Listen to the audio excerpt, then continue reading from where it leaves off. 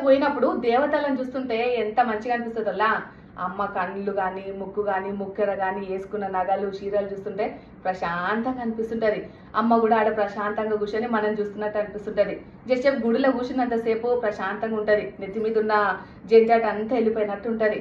కానీ కాళికామాత అవతారం చూస్తే ఎట్లుంటదల్లా, అమ్మ ఉగ్ర రూపం ఎత్తి అని నాలుక బయటకు తీసి సంపనికి వస్తున్నా అన్నట్టు, నరకాసుని చంపినట్టు, లోకంలో ఉన్న చెడునంతా చంపుతున్నా అన్నట్టు చూపిస్తుంటే ఎట్లా అనిపిస్తుంది? పెయ్యి మీద గూస్ బాంబ్స్ వచ్చినట్టు అవుతుంటది. ఇగో గీ బుజ్జి కూడా గా అవతారం ఎత్తి